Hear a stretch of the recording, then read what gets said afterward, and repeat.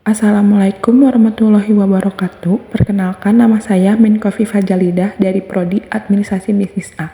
Dalam kesempatan kali ini, saya akan menjelaskan tentang pasar modal dengan dosen pengampu Pamulvi Sandi Yuda, SAK MSI, dalam mata kuliah Lembaga Keuangan.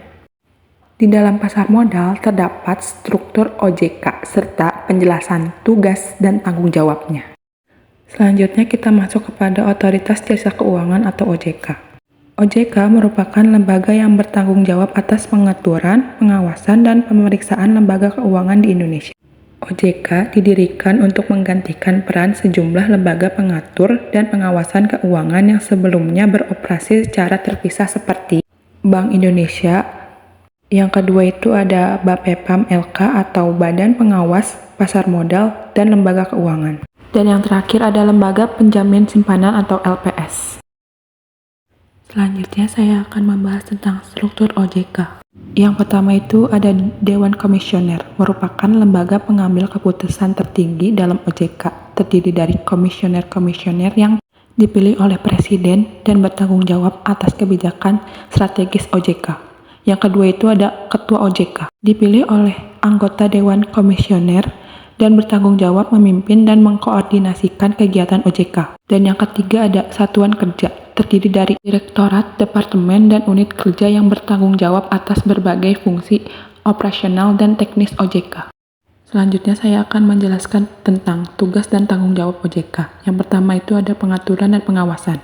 OJK menetapkan peraturan-peraturan untuk lembaga keuangan yang termasuk dalam lingkungan pengawasannya. Lalu, OJK juga melakukan pengawasan dan pemeriksaan secara teratur terhadap lembaga-lembaga keuangan untuk memastikan kepatuhan terhadap peraturan.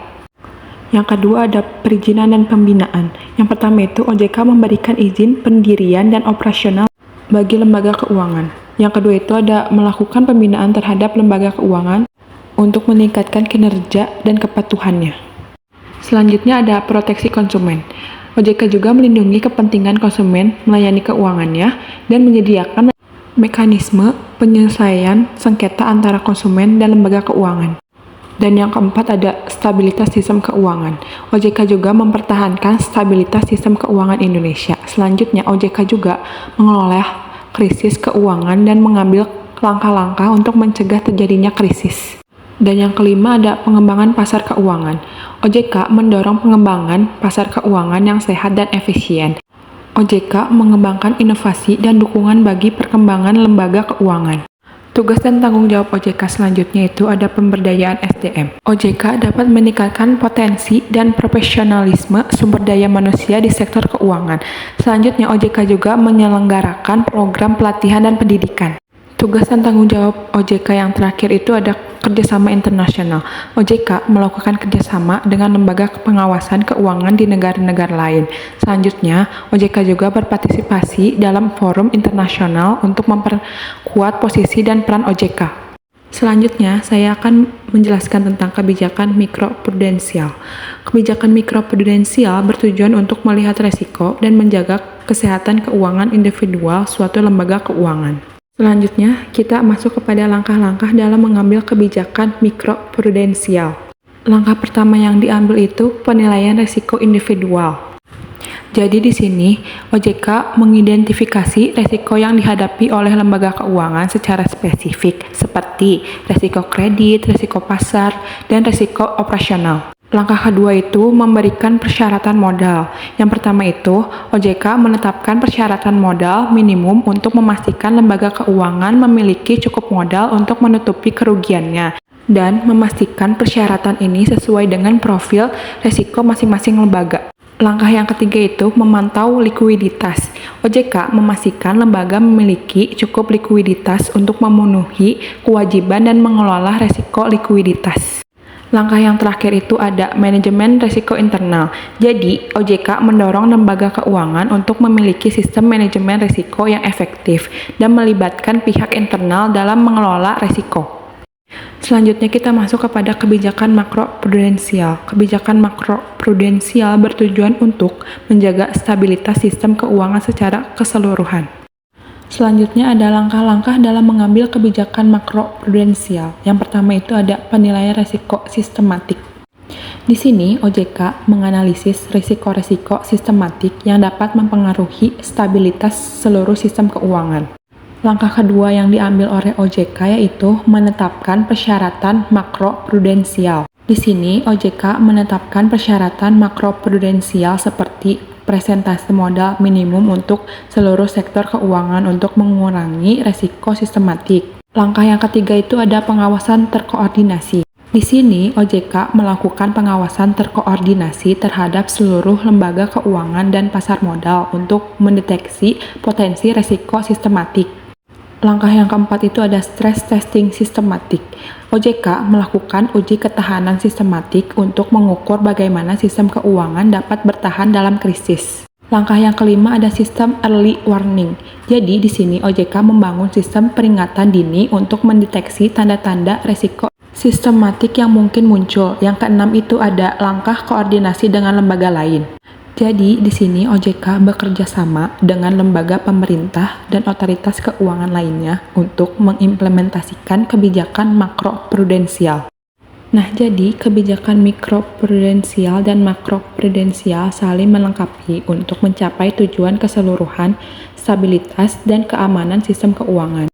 Kebijakan ini diterapkan dengan mempertimbangkan kondisi makroekonomi dan dinamika sektor keuangan secara keseluruhan. Selanjutnya, kita masuk kepada langkah-langkah membuat akun rekening saham di aplikasi Ajaib. Aplikasi yang saya ambil itu adalah Ajaib. Mengapa saya mengambil Ajaib? Karena Ajaib sangat terjangkau untuk mahasiswa seperti kita. Langkah yang pertama dan paling utama itu pasti kita harus mendownload aplikasi Ajaib itu sendiri. Karena kalau kita tidak mendownloadnya, bagaimana kita akan memulai membuat akun di aplikasi Ajaib itu sendiri? Di Play Store atau App Store maupun website di HP kalian. Lalu, kita akan melakukan pendaftaran dengan memasukkan email dan password. Setelah itu, kita akan menerima email konfirmasi pendaftaran akun. Sesudah konfirmasi email, kita akan melakukan login ke aplikasi Ajaib. Lalu, kita akan dipilihkan oleh buka akun saham yang ada di pojok kiri atas aplikasi. Setelah itu, akan ada muncul laman untuk memilih jenis investasi yang tersedia di aplikasi Ajaib. Dan kita dapat memilih saham maupun reksadana. Selanjutnya, kita akan dihadapi dengan 6 halaman yang harus diisi untuk pengisian formulir pendaftaran online. Dari setiap kolom yang tidak ada keterangan opsional, artinya kita akan diwajibkan untuk mengisinya. Jika belum terisi, kita tidak akan bisa melanjutkan ke halaman berikutnya. Tujuan dari pengisian formulir ini untuk membuat rekening saham sekaligus rekening dana nasabah atau RDN. RDN itu sendiri bertujuan untuk menyimpan dana nasabah yang tidak dibelikan saham. Data yang disampaikan juga akan tercatat pada Kustodian Central Efek Indonesia atau KSEI. Untuk dokumen seperti foto yang diwajibkan diunggah, pastikan memiliki resolusi gambar yang tinggi dan terlihat jelas. Proses verifikasi data kita akan memakan waktu kurang lebih 1 kali 24 jam.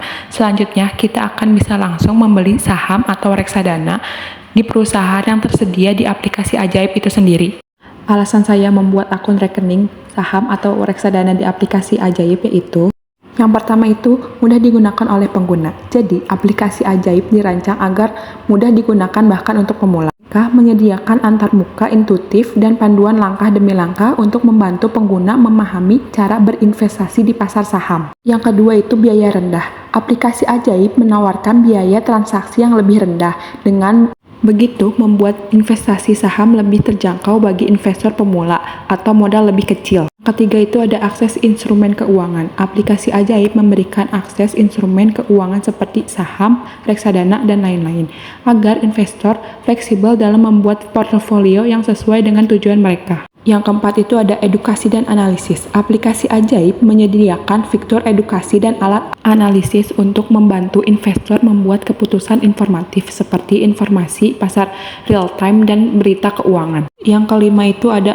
mengidentifikasi portofolio. Aplikasi Ajaib memudahkan investor untuk mengidentifikasi portofolio mereka dengan berinvestasi di berbagai saham atau reksadana. Yang keenam ada pendaftaran online yang mudah. Seperti yang sebelumnya sudah dijelaskan, jadi kita tidak perlu ke kantor fisik dan ini dapat memudahkan investor untuk untuk mulai menanamkan saham atau reksadananya. Yang terakhir ada likuiditas yang tinggi. Pasar saham yang memiliki likuiditas yang tinggi dapat membuat investor untuk membeli dan menjual saham dengan harga pasar saat itu. Materi yang saya sampaikan sudah selesai. Kurang dan lebihnya mohon dimaafkan. Thank you for listening and thank you for watching this video. See you next video.